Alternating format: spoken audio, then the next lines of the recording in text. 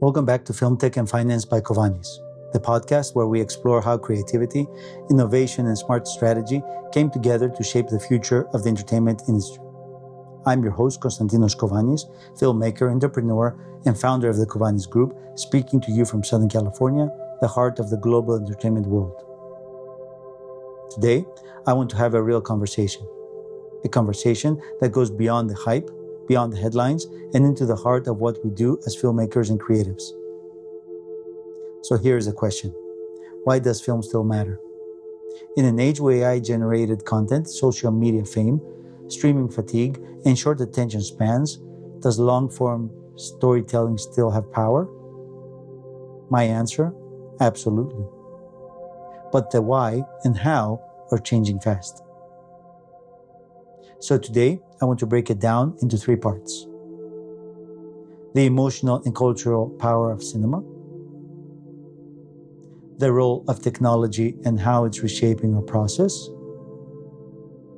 and the importance of finance, the side many creatives ignore but can't afford to. Whether you're a filmmaker, an investor, a tech founder, or just someone who loves storytelling, this episode is for you. Let's get into it. Let's start with a big one, the heart of it all. Film still matters because film connects us. I want you to think about the last movie or series you watched that made you pause, not just because it looked great, but because it said something. We remember the films that show us ourselves, that reflect our struggles, or dreams, or flaws. These aren't just movies, they're modern mythology. Think of Schindler's List, Parasite, The Social Network, The Godfather, The Nomadland, just to name a few. Whether you saw it in a theater, on your phone or a tablet, it doesn't matter. The feeling stays the same. That's the power of well-crafted, long-form storytelling. In a world where everyone's competing for 10 seconds of attention, film dares to ask for 90 minutes, sometimes even more. And it earns it, with meaning, intention, and emotion. Here's the thing. Attention isn't dead, but it's selective. When you give people a reason to watch, they will. That's why I believe film hasn't disappeared. It's just evolving. Theaters may not be packed like they used to, but the desire for a meaningful story has never gone away. And in a time where everything feels automated or superficial, people are craving something deeper. That something is film. Now, let's talk about tech. Technology has completely reshaped how we make films, and I've embraced it myself.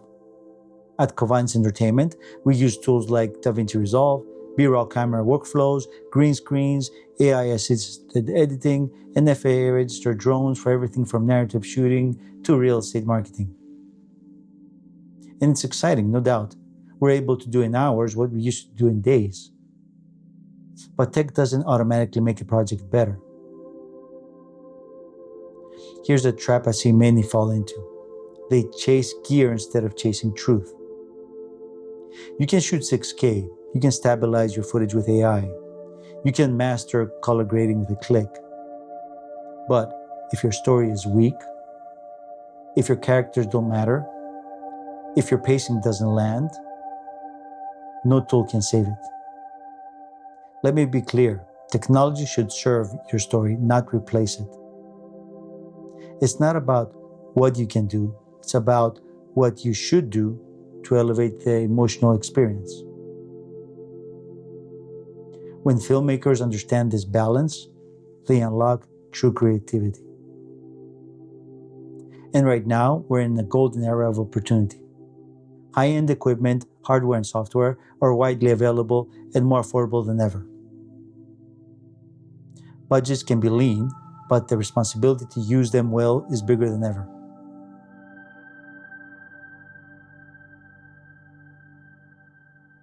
Let's get into the part many creatives avoid, but that might be the most important of them all: finance. I've worked on both sides, creative and business, and I've seen how often incredible ideas fall apart, not for lack of passion, but for lack of planning. Passion is a spark, finance is the fuel. You can't build a film, even a short one, without thinking about money. Where it comes from, how it's managed, and what your return plan looks like.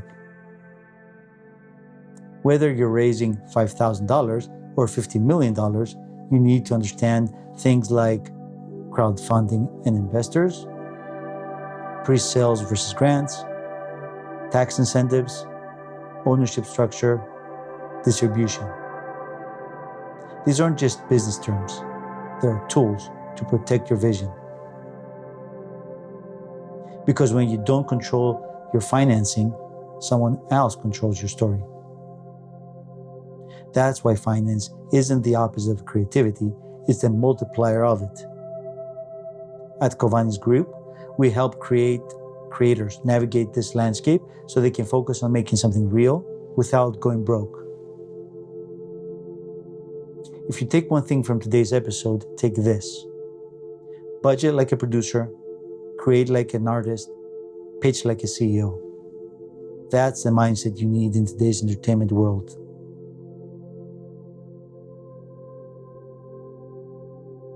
So to wrap it up,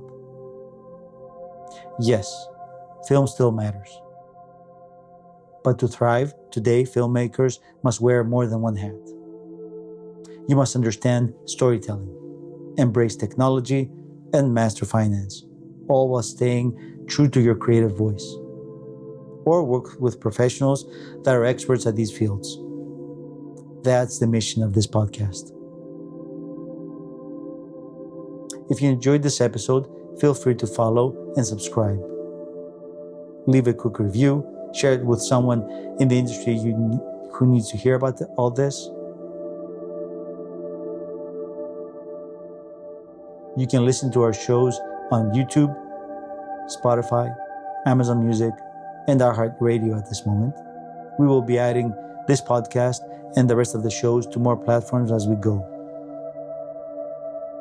And if you'd like to be a guest on our show or pitch a topic, email me at kovanis.podcast@gmail.com. Next week, I'm diving into how independent creators are raising money outside of studio systems, from pitch decks to private equity. You won't want to miss that. Until next time, keep creating with purpose, keep telling stories that matter, and always remember, behind every great film is a smart strategy. I'm Kostantinos Kovanis. Thanks for listening.